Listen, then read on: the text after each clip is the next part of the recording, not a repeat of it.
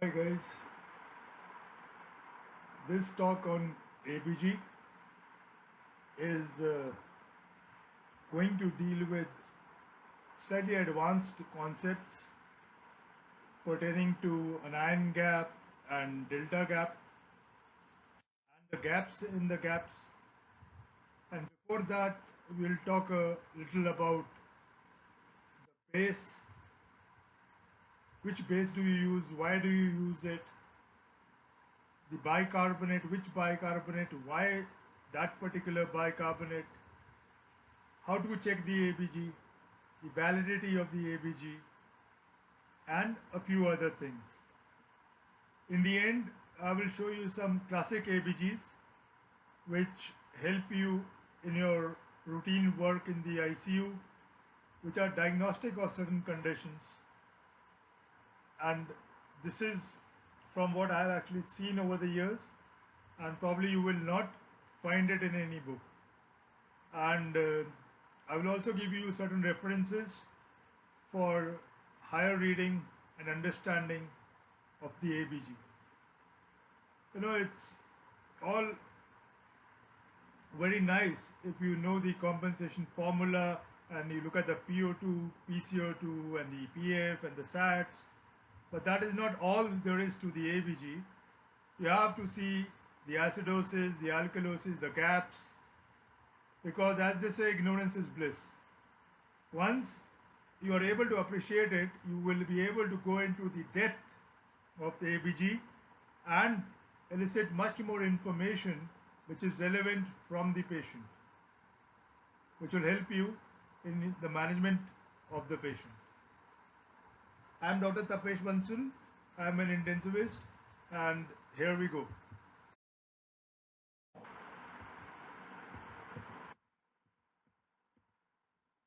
So this is what we are going to talk about.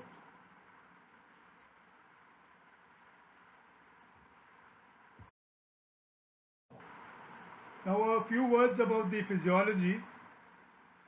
The hydrogen ion concentration is very low usually. Therefore we use pH, which is a much more tangible number, and a pH of 6.8 to 7.8 is compatible with life. The intracellular pH is usually the same as extracellular pH.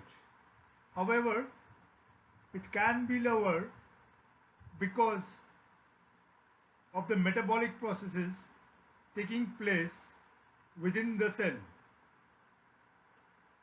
Every day, in a normal human being, 80 milliequivalents of hydrogen ions need to be removed from the body by the kidney, because there is no other way for this. A lot of acid that is produced is blown away by the human lung in the form of carbon dioxide.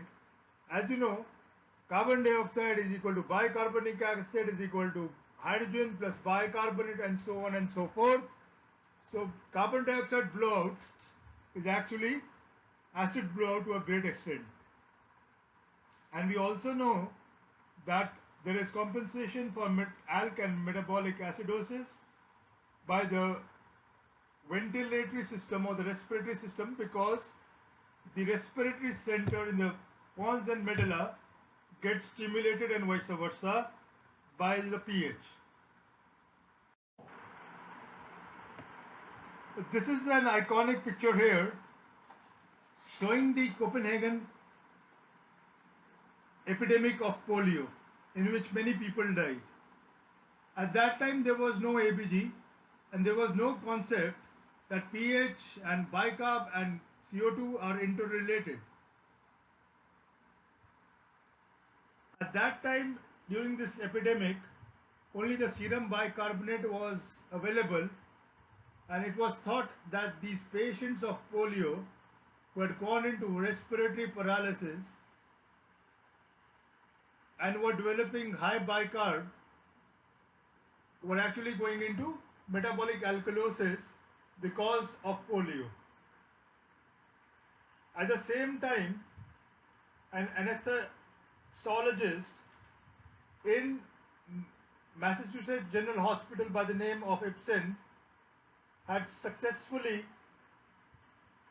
put a tracheostomy tube and manually ventilated a patient of respiratory failure from tetanus. And he had observed that this patient had a high PuCO2. Subsequently, a meeting was held between the Copenhagen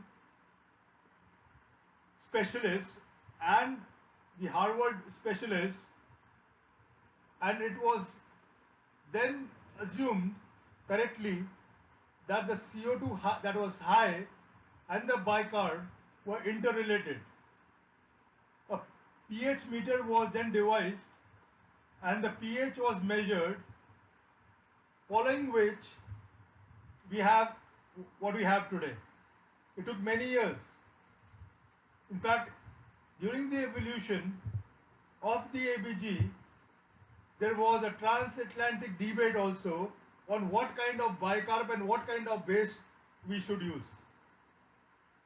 And as you can see on the right, these were the initial calculations, etc., between the carbon dioxide levels, the bicarbonate levels, and the hemoglobin levels. And this is from the historical review by Ashtup et al., who contributed very significantly to our understanding of the acid-base physiology.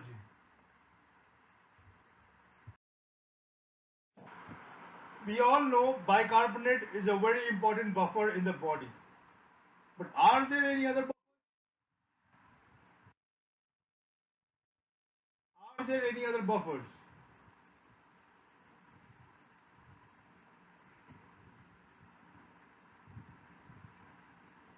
Well, we know the kidney is a buffer because the kidney excretes acid or base depending on the pH. The other buffers are the bones and the intercellular proteins, which are much more powerful, but they respond very slowly. And the hemoglobin is an important buffer, though contributing to a small extent, but it acts fast. Now, the history is very important in a patient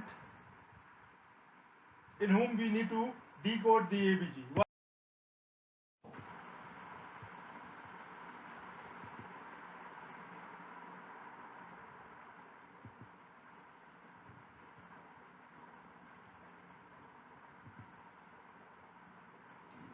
So, if someone shows you what is this ABG, what are you going to say? You say, I need the history. If you try to say anything beyond hypoxia and hypercapnia in this, you're going to be wrong.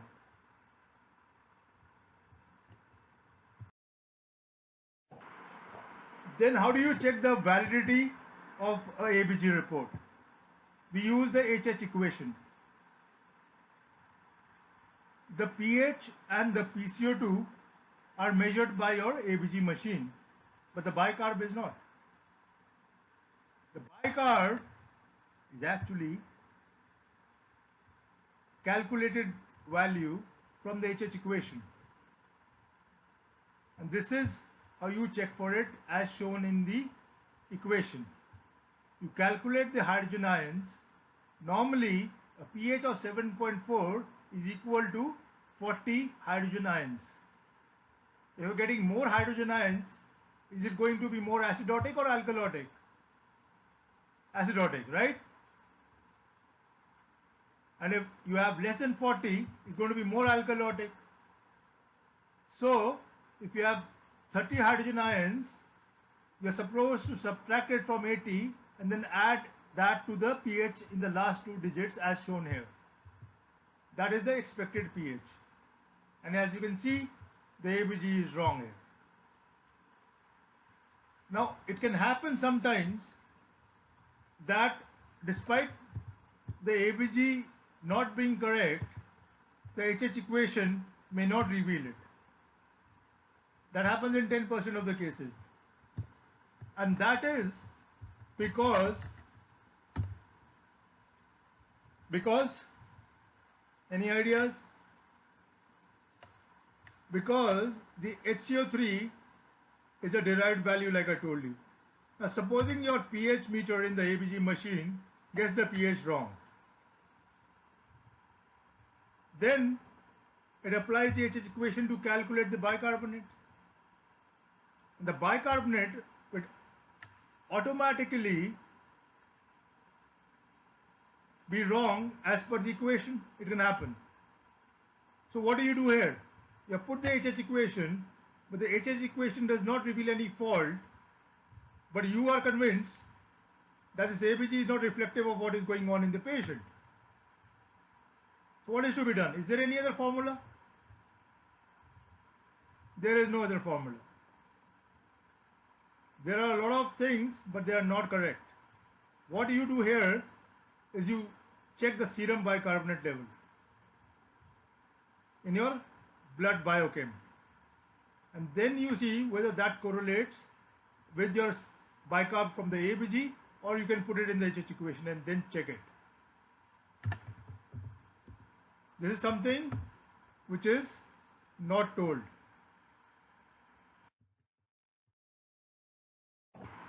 And a short of the HH equation, the calculations in the ABG values are really cumbersome. Standard base, etc. So we come to this ABG here, and as you can see, there are two types of bases and two types of bicarb in many other ABGs also, depending on what kind of a machine you have. So which bicarb and which base should we use? So there are two types of base excess. One is the ECS, that is the extracellular fluid. The other one is the B for blood. We're supposed to use standard base excess. And there are two types of bicarbs. P stands for actual and PST is for standard. You are supposed to use actual bicarbonate. Are you aware of the difference? And are you confident about which bicarb and which standard base? This is actual bicarb calculated from the HH equation and used for your compensation formula and other calculations. The difference in standard bicarb is that in measuring the standard bicarb, you blow carbon dioxide into the ABG blood and bring the PCO2 up to 40 and try to remove any metabolic change, but any respiratory change due to CO2. It gives purely the metabolic component of bicarbonate. But this is not really useful clinically. Then we come to base. There is actual base or base blood, that is written as base B in the ABGs, and there is a standard base. Often the ABGs have only one base. You should know which base your ABG machine is giving, because there can be a significant difference between these two bases, and as per international nomenclature, you are supposed to use only standard base excess, SBE. So why is the difference there? Because of this. Your standard base excess takes into account buffering in the body, which is done by other proteins like intracellular proteins, bones and hemoglobin, while your actual base excess only takes into account buffering by bicarbonate. So it is much more reflective of the true base excess or base deficit status, that is use only standard base excess. You're not supposed to use the other one, and your machine should not give it to you.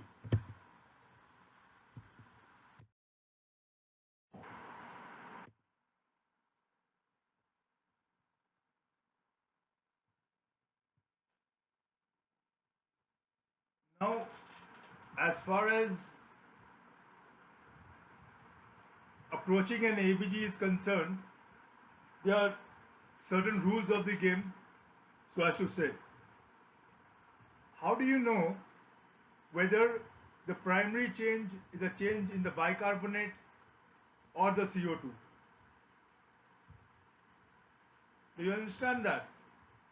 Whether there is a primary respiratory disorder or whether there is primarily a metabolic disorder.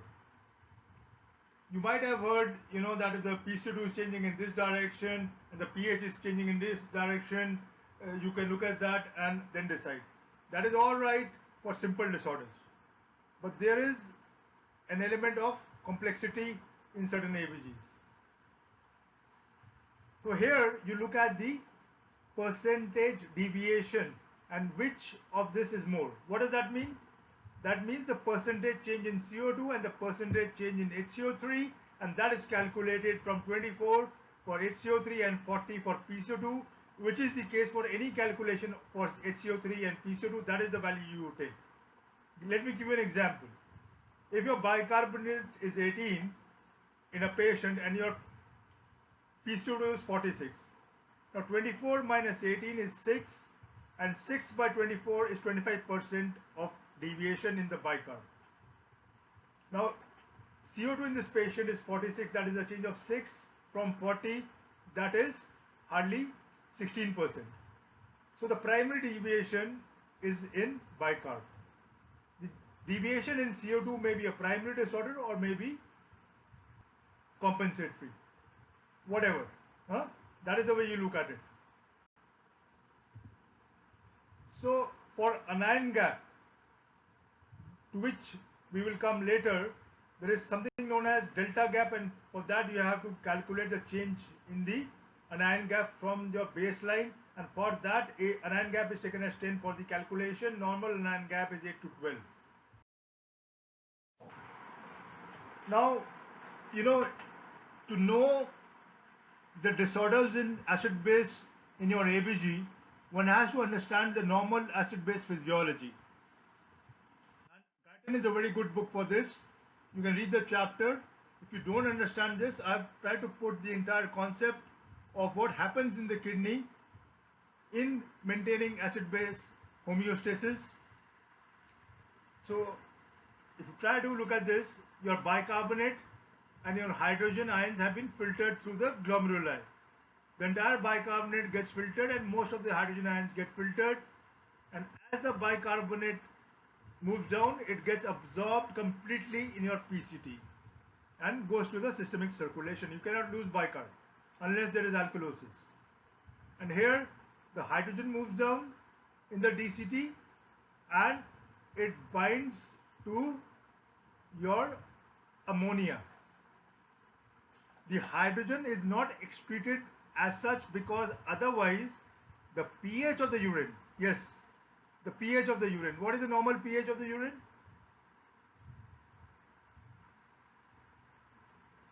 4.5 to 8. So it cannot become too acidic, otherwise the kidneys will pack up. So it binds to ammonia and goes down as ammonium. The next hydrogen ion comes down and it binds to hydrogen phosphate and goes down into the urine. So that is how hydrogen goes out, complex to ammonia or hydrogen phosphate.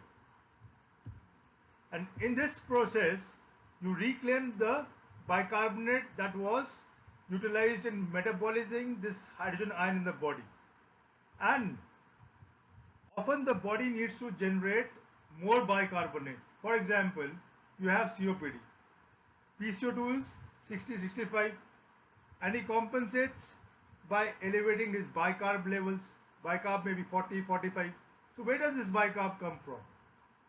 This bicarb comes from this very process in which ammonia is excessively generated and gives rise to bicarb.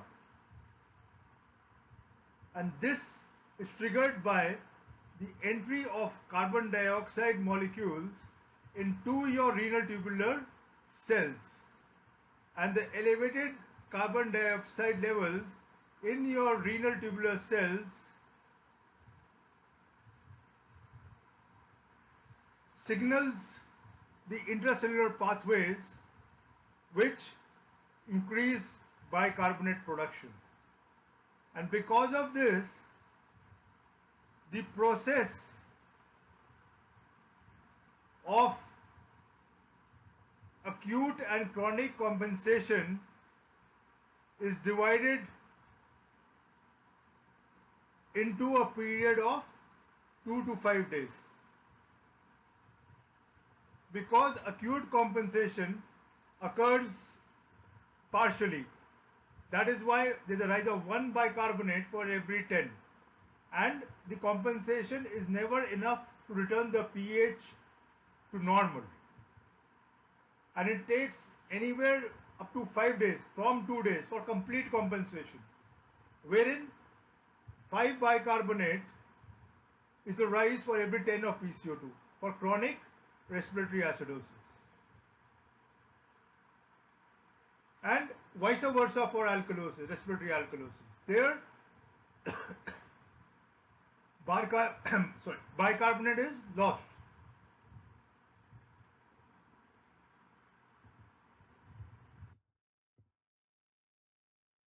Similarly, if there is excessive acidosis other than respiratory acidosis, again bicarbonate is generated to a greater extent.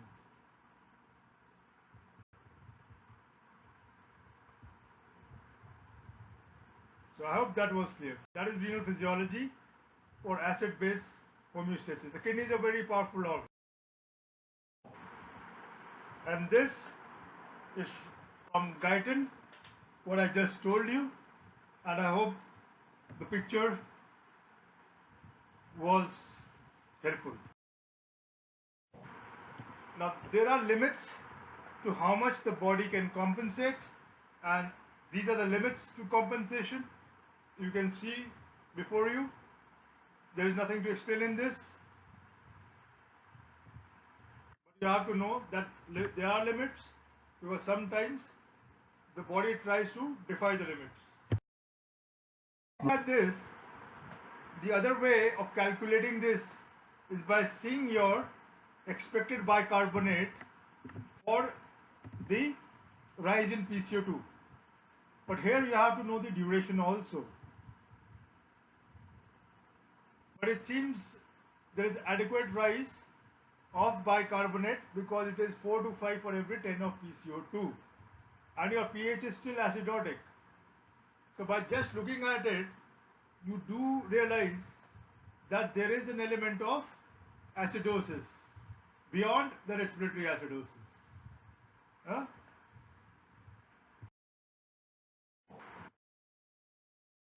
Now, if you are good at ABG, you look at this ABG and tell me, is this a normal ABG?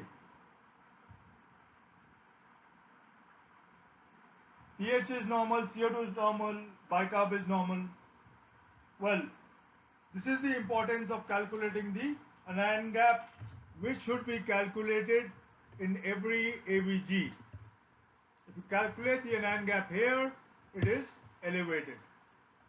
So there is a mixed alkalosis and acidosis that is metabolic in this patient.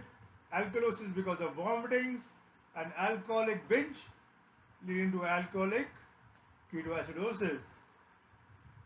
Always, my dear friends, calculate the anion gap. It reveals the depth in your ABG.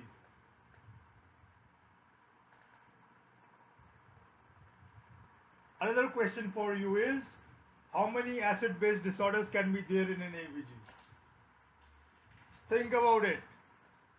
There can be 3, not 2, and not 4. Metabolic acidosis and metabolic alkalosis, and either of the respiratory disorders. Now,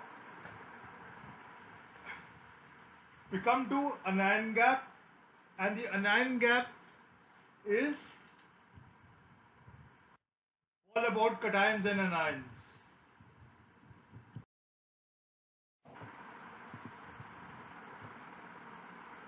In the human body, the cations are always equal to anions.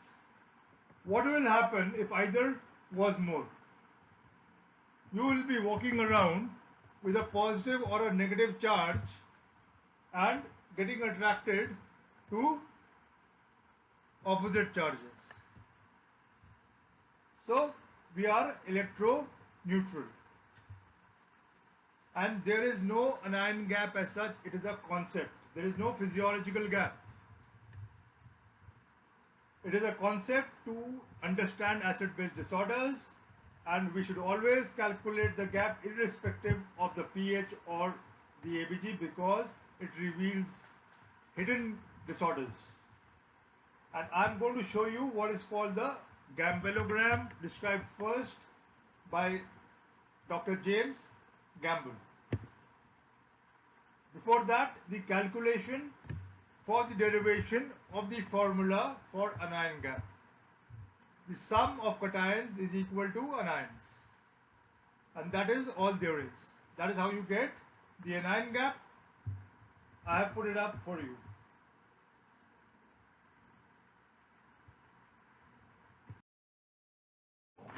So, my dear friends, if you look at this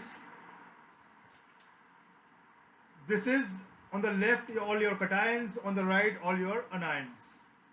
And as you see, albumin contributes significantly, and there are some other anions like sulfates, phosphates, other organic anions, and in the cations you have your potassium, your calcium, your magnesium, certain proteins are positively charged. So all this is equal. That is your cations and your anions. Now, what is the anion gap here? If you remove all this is your anion gap. The difference between sodium and the sum of chloride and bicarbonate. This is the anion gap. And as you can visualize, this anion gap is made up of by 80% albumin. So if albumin decreases, the anion gap will decrease.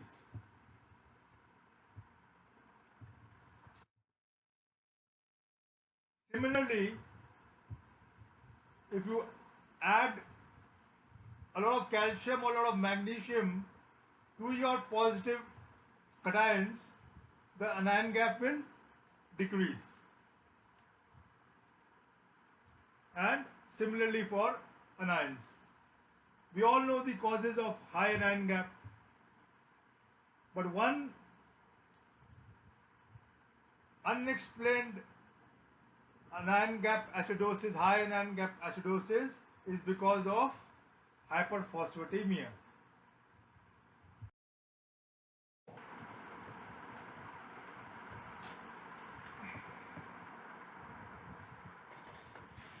Now, metabolic acidosis. We have normal anion gap, NAGMA, and HAGMA, high anion gap. The difference is what? It's very simple. When you have metabolic acidosis, your bicarbonate is going to go down. Now, once the bicarbonate goes down, that means there is less of negative charge. So, somewhere your negative charge has to increase. Either the chloride will go up or it has to come from somewhere else. In NAGMA, the chloride goes up and the bicarbonate goes down, and sodium minus chloride minus bicarbonate is your anion gap. But because bicarb goes down and proportionately the chloride goes up, there is no anion gap. That is why it's normal anion gap. Simple. In high anion gap, the chloride does not rise, though the bicarbonate goes down. So what comes up is your ketoacetate anions or your lactate anions or your phosphate or your sulfate anions retained in renal failure, or anions from certain poisonings. That is why you get high anion gap, because sodium minus chloride, which has not increased, but minus bicarbonate, which has gone down, increases the gap.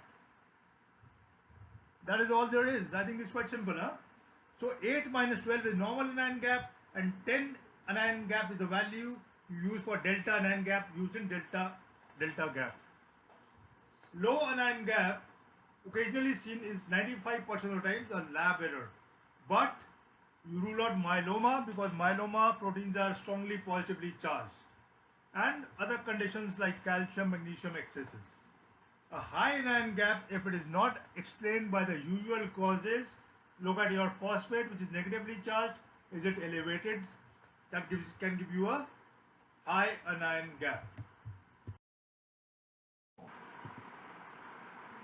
So, like I told you, albumin, if it's low, has to be corrected, and you add 2.5 to your anion gap for every 1 decrease of albumin from 4, and that gives you the corrected anion gap. And the reason is, if you don't correct, it will mask the rise of your actual anion gap, as in lactic acidosis or diabetic ketoacidosis. So it's very important to correct it. And is the gap actually decreased? When the albumin decreases, your negative charge is decreasing, but the positive charge has to be equal to the negative charge. So if the albumin is disappearing, where are the negative charges coming from? What are the negative ions being added? So this is a question for you, homework. Let me know. You can put your comment, or you can send it by mail or whatever. What is the answer to this? When the albumin decreases, does the anion gap actually decrease?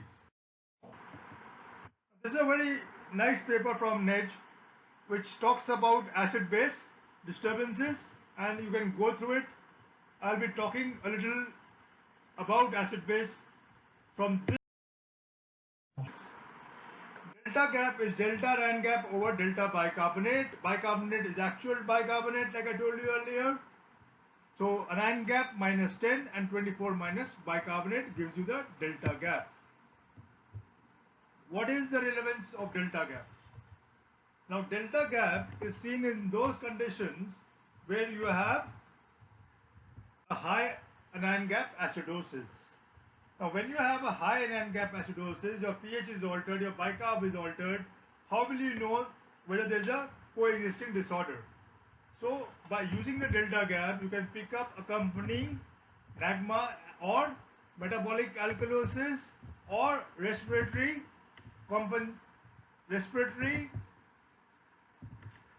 hypercapnic failure being compensated by an elevated bicarbonate.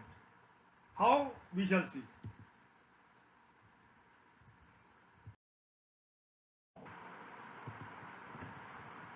So here we have the delta gap calculation. So this is your anion gap equal to 18. Fair enough. No correction, albumin is 4.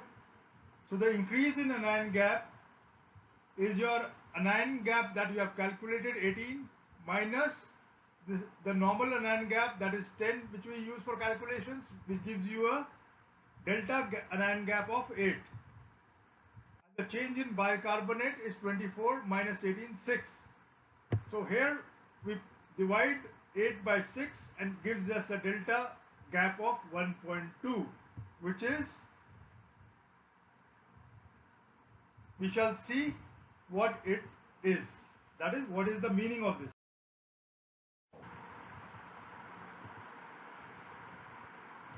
So 1 to 2 means there is HAGMA alone.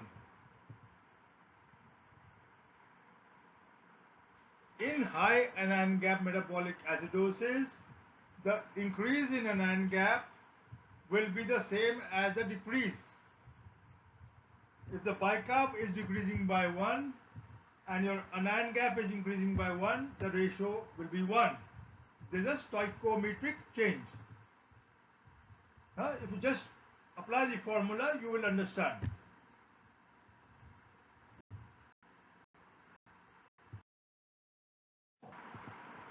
So these are the values of delta gap and their relevance. You get 1 in DK, 1 to 2 in lactic acidosis, less than 1 if the high anion gap metabolic acidosis is accompanied by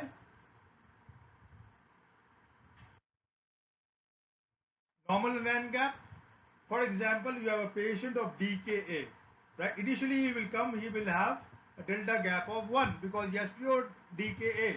You push in a lot of normal saline, that leads to normal anion gap acidosis due to hyperchloremia.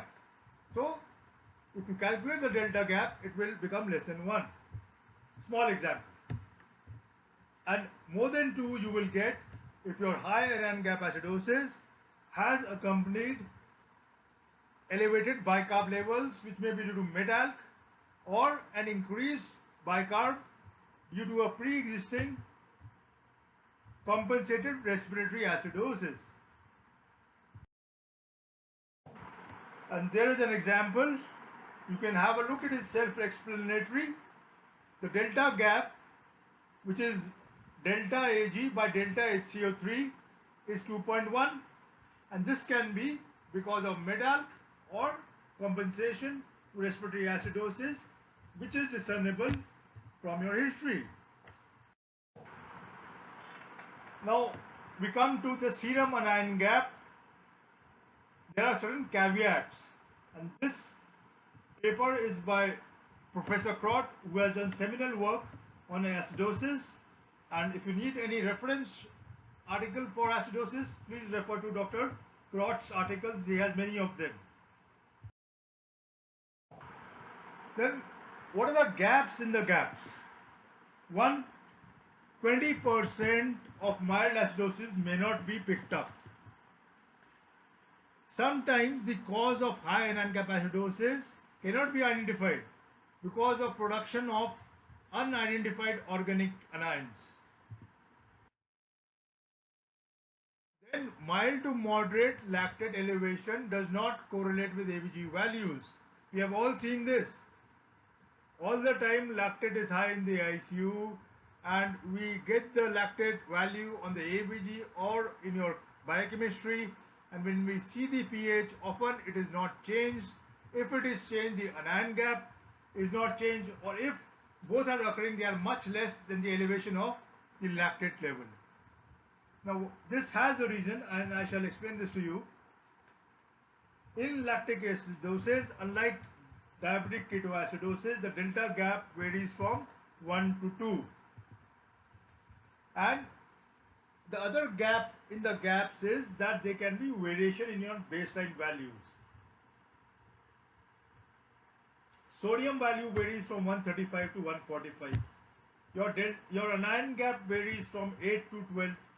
So if there are variations in your baseline values, it may be difficult to interpret the ABG sometimes when it's not grossly disturbed. That is another gap in the gaps. Because of these gaps, a newer concept called the strong iron difference approach proposed by Schutz has been advocated by certain intensivists, and it is supposed to give a little more information, though it is much more complex. This is 1:1 relationship between your delta Ag and your delta HCO3 in ketoacidosis. If there is anything else apart from this ratio, then there is a coexisting acid-base disturbance. I picked this up directly from Nedge and pasted it here. And in lactic acidosis, it is between 1 to 2. Why is there a difference? Both are acidosis. Diabetic ketoacidosis and lactic acidosis are both HAGMA. But why is there a difference? The difference is in the biochemistry of lactic acidosis. Lactic acidosis is because of increased lactate production and the hydrogen ion production, which is the proton, and often they are not produced simultaneously, in the sense that lactate is produced as lactate and not lactic acid in many processes, and hydrogen ion is produced simultaneously from another process. That is one reason. Second reason is lactate metabolism and biochemistry is still not completely understood. The third reason, which is a very solid reason, is that lactate often moves out from the cells into your bloodstream at a different rate from the hydrogen ions. So the hydrogen ion remains inside the cells while the lactate moves out. The lactate moves out and lowers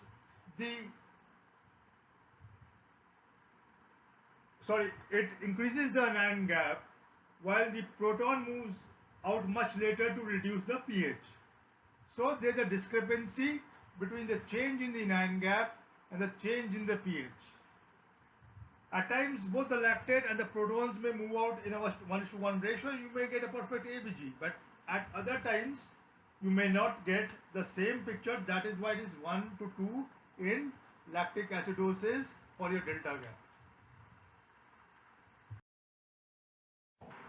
And here I have put out for you the formulae for compensation. These are the best and the easiest. There are many formulae, and the best one is the one in blue. That is your calculation using the standard base excess, because this is the most precise. There is a slight difference between calculation from your standard base excess and from your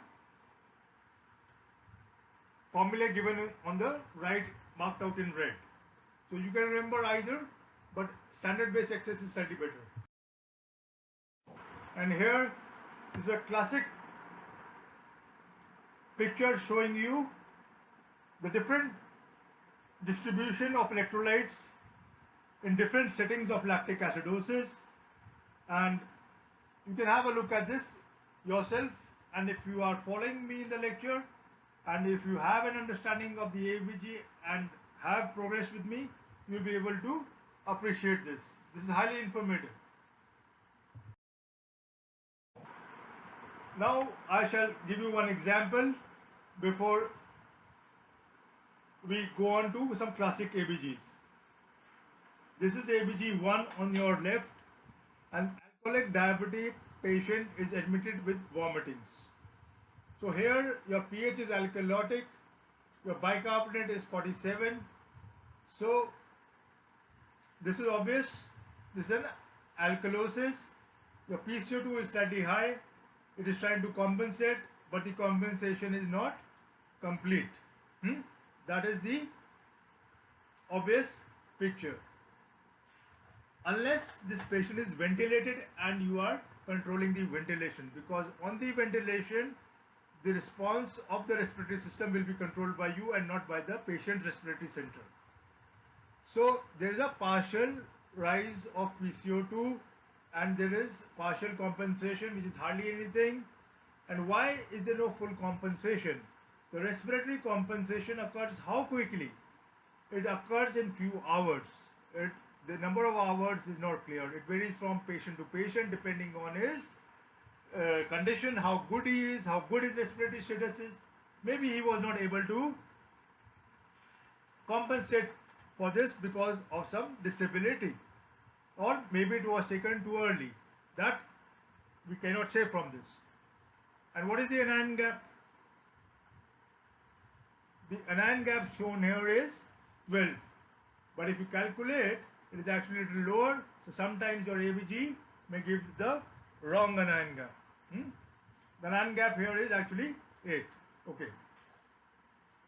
Now we have metabolic alkalosis, gross metabolic alkalosis with partial compensation in the first ABG. Next day we get this ABG, ABG2.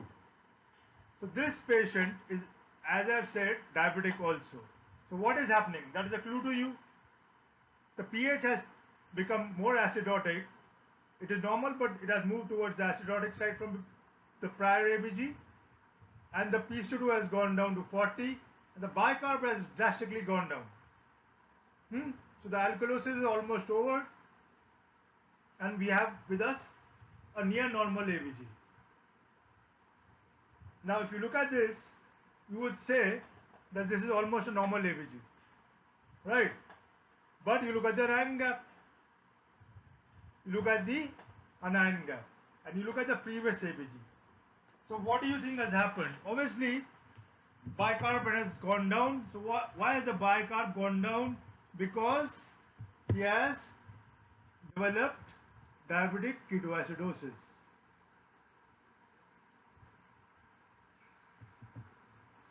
And the albumin has dropped from 4 to 3.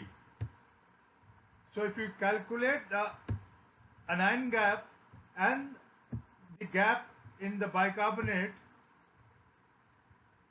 you get a delta gap value of greater than 2.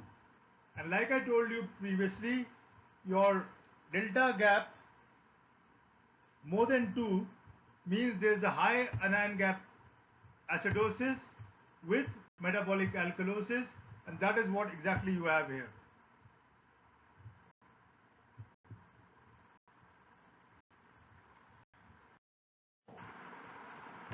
And this is some of the bibliography which I have read over the course of my career, and for those of you who want to go into the depth of ABG, this is what I suggest, and I think this is some of the best stuff available. And now go on to some typical ABGs which give you valuable information. They are not to be really calculated, they show you concepts and how useful the ABG is bedside.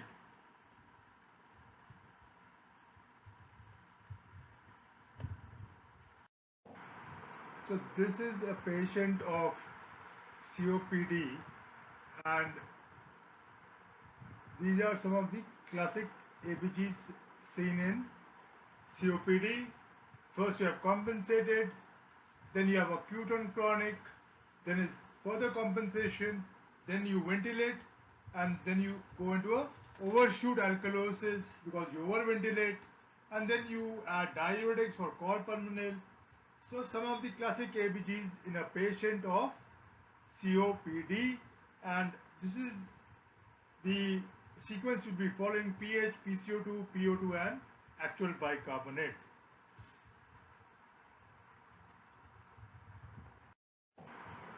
Then this is ARDS. Initially he is on oxygen, and then you ventilate him with inappropriate settings. This is what you get initially, not always, but sometimes. Then this is renal failure. I have written down everything and I'm not really going to explain this. I'm just showing you the highlights. You can go through this at your leisure. In renal failure, it should be realized that it's not always high anion gap. When the GFR is less than 30, then only you get high anion gap. If the GFR is more than 30, then you get a normal anion gap acidosis because your phosphate and sulfate is filtered through. Same is the scenario with AKI. This should be known. There are two kinds of acidosis in renal. Pregnancy is one condition in which there is a chronic respiratory alkalosis because of progesterone. Most importantly, it is the only physiological condition in which you get a PO2 of more than 100. The second condition is anxiety, hyperventilation. Both these conditions give you a PO2 of more than 100. And this is a patient of hepatic encephalopathy. In hepatic encephalopathy, patients hyperventilate and they have invariably a low PCO2, and increasing PCO2 is an improving hepatic encephalopathy due to decreasing hypertension. Then this is diabetic ketoacidosis. I discussed this initially. There is classic HAGMA and then the delta gap of 1 with infusion of normal saline. The delta gap becomes less than 1 because of combined acidosis, because of hyperchloremic to 7.2. Not beyond that, that is enough. Then renal tubular acidosis, an enigma, and this is the ABG, and these are the features of RTA type 2, and here you can see what I have written and you can go through it.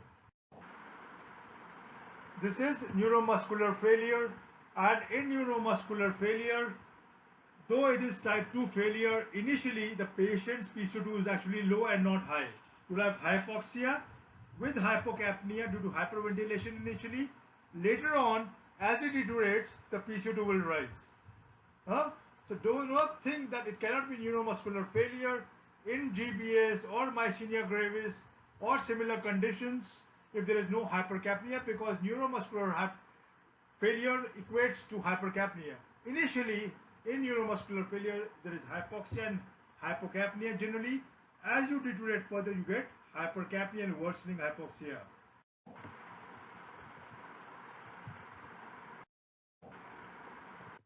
In status epilepticus, if you have witnessed the seizure, well and good. But if you have not and you suspect that the patient has had a seizure, do an ABG. And if the lactate is high, you know the patient has thrown. Then acute anxiety hyperventilation, the PCO2 really goes down something like 10, 12, they cannot go beyond that, and your alkalosis is extreme. This is a classic ABG of a anxiety hyperventilation. If you see this in the ER, this is the diagnosis. And pure hypoventilation obesity, where your AA gradient will be normal, there will be significant hypoxia, and for every fall of 10 of PO2, your PCO2 will go up by 20 in these patients. A classic again, and we are coming to the end. A common ABG of a patient admitted to the ICU is severe metabolic alkalosis with severe hypokalemia, and the commonest cause of this is dehydration, gross dehydration. And the second commonest cause of this is diuretics and steroids being given to the patient prior to admission. Another ABG is mild unexplained high NANCAP acidosis, and the cause here is starvation ketoacidosis. But this is never severe. This is mild to moderate. Then methemoglobinemia, where there is a discrepancy between the saturation on the monitor and the saturation given by the ABG. And the golden rules of ABG, just to summarize the entire ABG, the most important thing here is the point number 3, that you never overcompensate. The pH will remain either side of 7.4 depending on what you are compensating. You never overcompensate. 1% of the patients only overcompensate. It's very.